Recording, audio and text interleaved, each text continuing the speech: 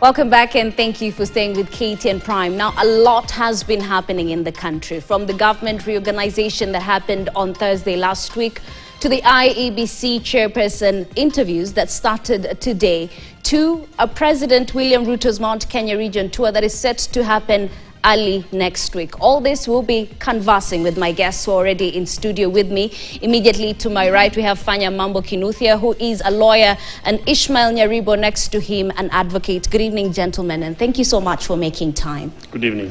A very good evening to you. So let's start with Thursday. I know this has elicited a number of mixed reactions, but let's start with you, Kinuthia. I mean, when you saw that circular by President William Ruto reorganizing the government, what's the first thing that came through your mind? What is he reorganizing? The problem is not his ministries. The problem is him. He needs to reorganize himself. So it's like me being a school principal, and the school is doing horribly, and then I start changing the geography teacher, the mathematics teacher, the history teacher, the Kiswahili. Once you're done changing all the teachers, you discover one thing, that the problem is the principal of the school. I mean, probably geography was doing well, history was doing well, mathematics was doing well, but the school administration is doing badly. So it will not matter, even if you you change all the sweepers in the school and change all the prefects, and in school the school captain, and then you go and change the chief cook. The problem is the principal of the school. So change the headmaster, and you will have saved this country. It's just, you're disturbing too many people. The problem is one person. Yeah, change the school principal, and we are good to go. What about you? Do you share the same sentiments? Meanwhile, since the principal, the school principal is still around, we need to look deeper into this. And actually, it is true that this is a textbook example of what leadership should not be. When you look at how people are correcting their government, and the government functionaries come up and become too arrogant and say, we will continue to do this. What those people speak on air, on social media, is not what we shall do. So, up for the coming 2 years again, I mean, we are faced with this kind of hardship where, you know, we have to deal with, we have to appreciate that this is not the way the country wants to be led. The country needs to be led out of what people want, the way Kenyans, you know, we have a right to criticize the president. I don't know why State House does not get this. Citizens have a right to criticize their president. It is not something you can take away from them. You don't have to be a moron about it and complain and insult people about it. What we are doing here is not a waste of time. We are trying to give the government, especially the head of state, the temperature from which he can measure, are things working or not? It's not a question of just coming on air and complaining bitterly about what Kenyans are talking about. If they were listening before you can change them, like Kinuthia is saying, then at least they will do something for 2 years, something better.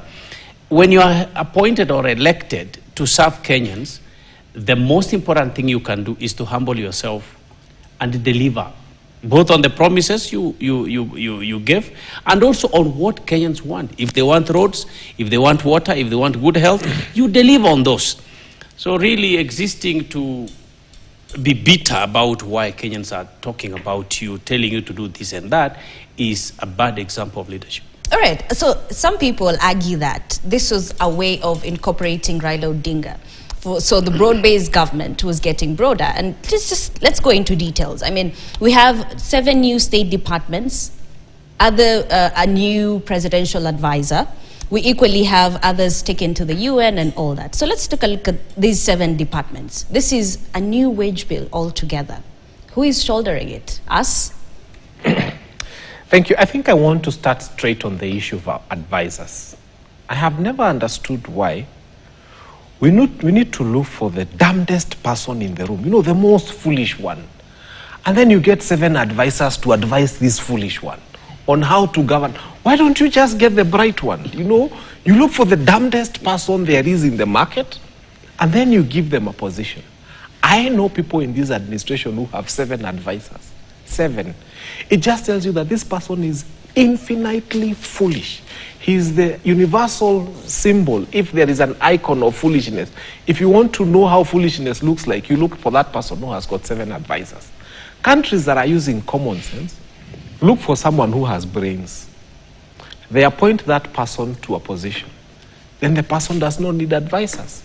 Although this government also came on the basis of bottom-up, which I think meant, you do things in a manner that doesn't make sense. So it makes sense for me that they had to get the damnedest and get 7 advisors for them, and then they want us to clap for them. Creating 7 departments does not solve the problem we have. If, for example, you're being told 1.3 trillion is being withdrawn, ni kama kwa ATM, and then you come and create 7 state departments, does that solve the problem of 1.3 trillion being stolen? So it's just that we have people who are not in very friendly terms with common sense. They don't fit in the same room with common sense. And every time common sense walks in, I think the rooms becomes too full for them, and they have to find a way to walk out. And this is what you're dealing with. Nyaribo, I mean, look at it this way. There was a cabinet meeting that led to the merge of parastatals. So that is all about saving taxpayers. And then here, on the other hand, so you've merged on this side, and then on this side, you're adding new state departments. It does not add up.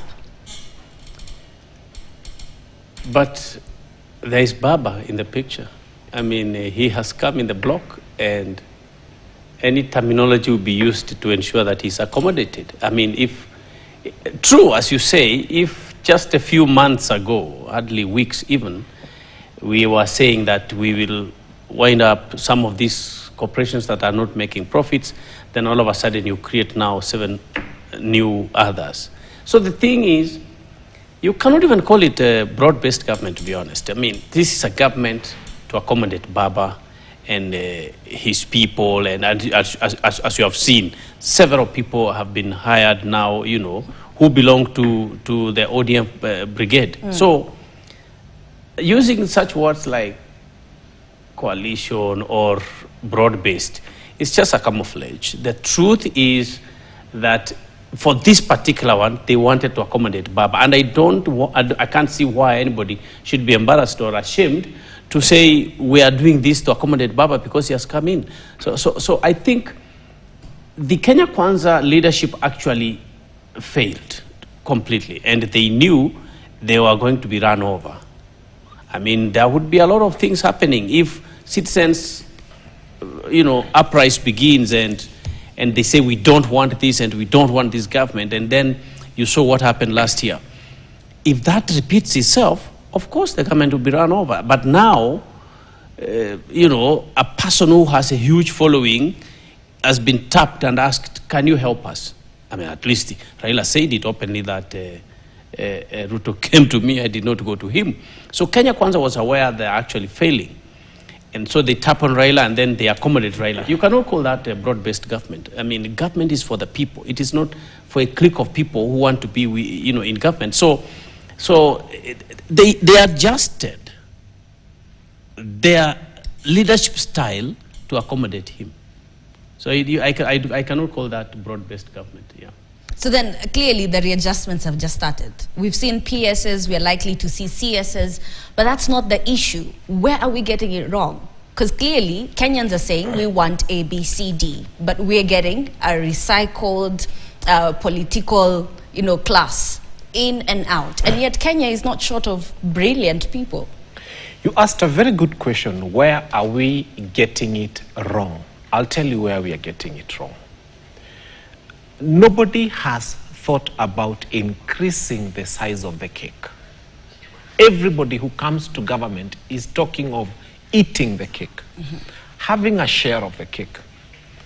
And every policy that comes from this administration is about how they took 5 shillings from your salary and how they can make 7 or 8 or 9 or 10 shillings from your salary.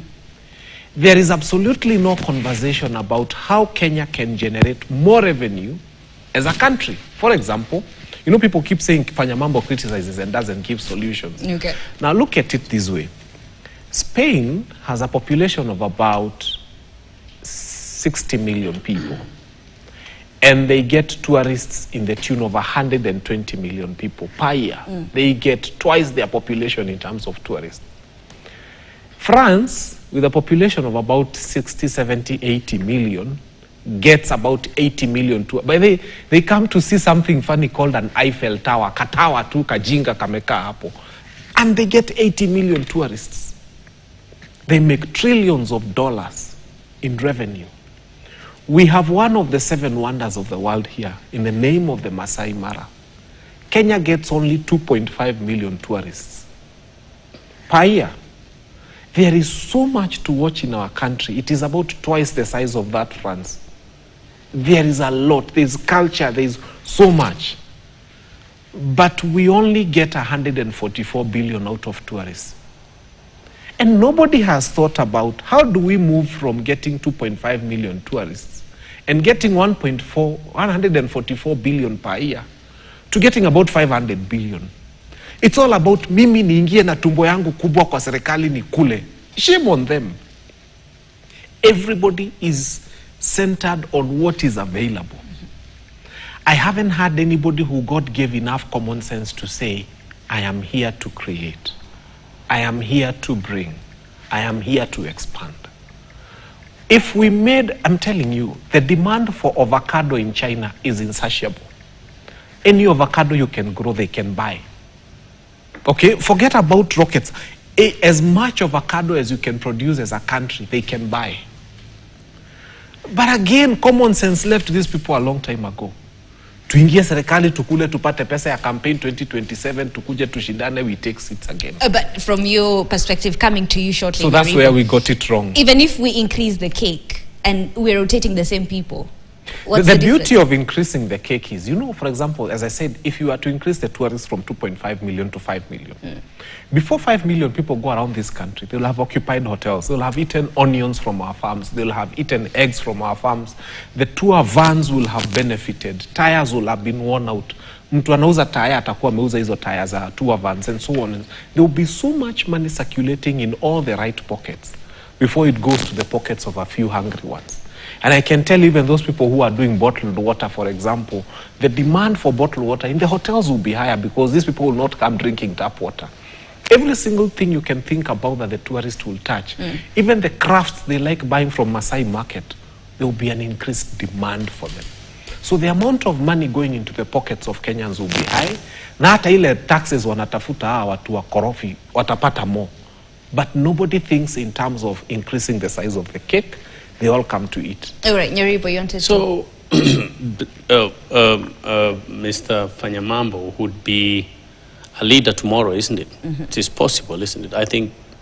Oh, the people of Dagoretti and I have agreed. Okay, they want me to be their next member of parliament. Okay. he wants to be member of parliament, for example.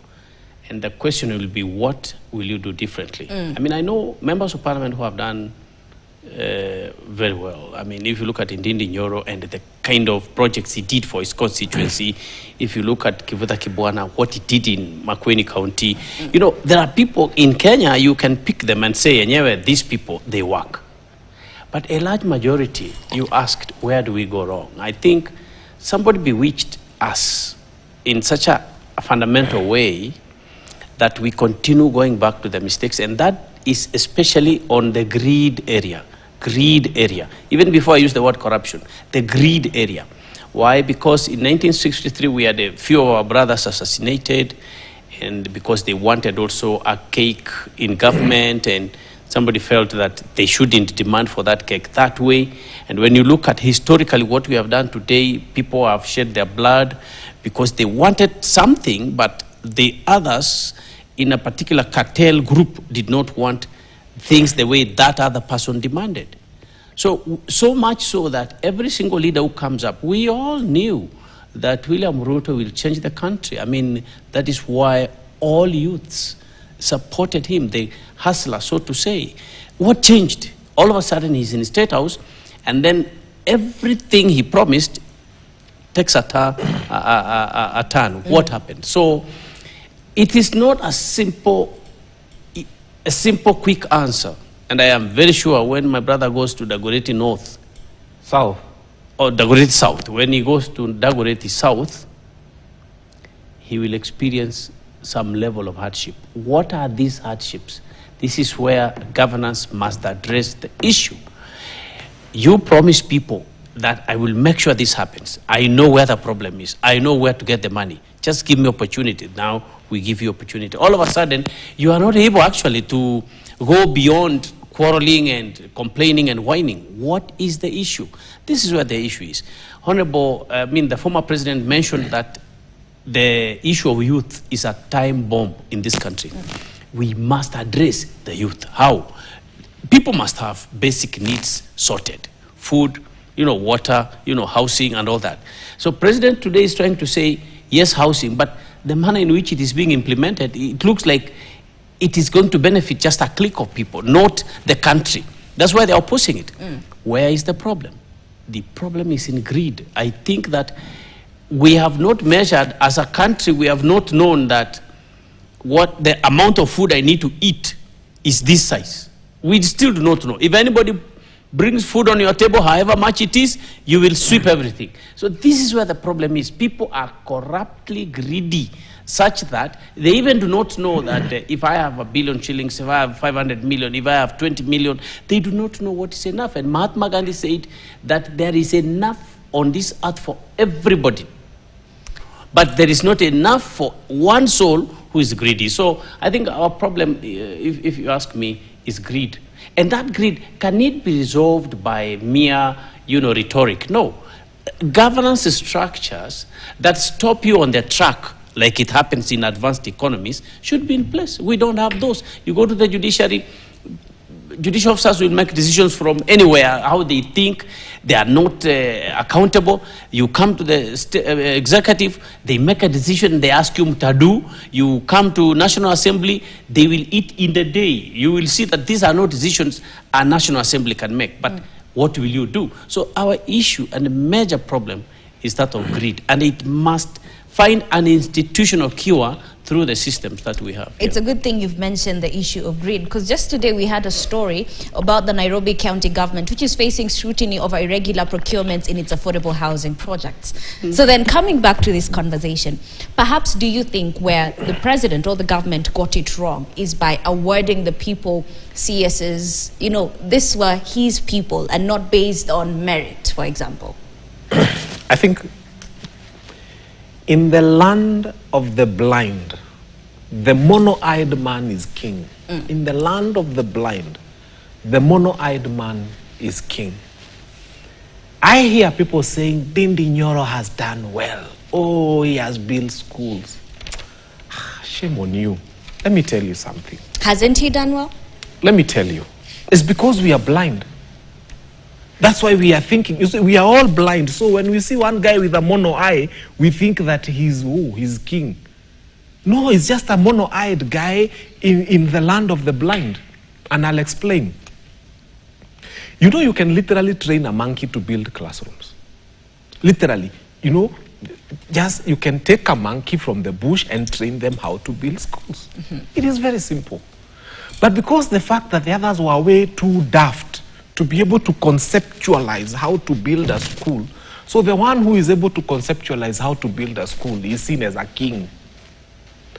My dear, let me tell you what is ailing this country. Kenya spends 17 billion on free primary education. Kenya sends another 10 billion on secondary school capitation. In total, Kenya spends 27 billion a year on free primary and secondary school education. We are blind. And then the same country spends 104 billion every year on bursaries. So the MCA akona bursary, governor akona bursary, women rep akona bursary, sijui president akona. MCAs now want existing creature that hears that they have been elected to anything has a bursary. So in essence, we are here discussing somebody who was given 100 million and they build schools. And we are forgetting that if we had taken all the money that we spend in things called bursary, amalgamated it together, Kenya would educate our children for 5 years without the need to go into any other. So, because we are all so blind, those of us who have a mono eye are being seen as king. We must put into positions of leadership men and women who have such great vision that they can see where the country is losing money. Fanyamambo, you know, just honestly, we have a very corrupt country. We all agree. Then you find, it's true, that's a very good analogy, just giving another, you know, side of the coin, is we have a very corrupt country. Then you find one gentleman who decides that is allocated about 100 million even, let's say that, if you talk about CDF, and he decides that 70% of the CDF kitty will work for the people. Don't you think? Then he's the mono-eyed guy, and we have to appreciate him that at least he has done what the others around us are not doing. So I think in the attitude of appreciating, you know, being appreciating, we need leaders like him. That Ndindi Nyoro is just one example. Yeah. And I said Kivuta Kibwana is another example. If you can get such people, then again they go into better training. I think within 5 years you will find that now people are utilizing the CDF 100%. Okay. Yes. I mean, you have to be thankful for the least, for the little that is being offered somewhere as a, you know, and we may not use it as a full benchmark, but something is happening. Other than you go to other constituencies, when they are being audited, it's close to 16 million that was actually used for development, and the people, everything else went into their pocket. So that's where I'm coming from. So he's better than others. 100%. I mean, yes, as we said, he's mono-eyed. all right. He's not fully sighted. I want us to talk about celebrate. other issues, including the IEBC. But before we do that, let's just take a short break so that when we come back, we dive into the IEBC interviews that kicked off today.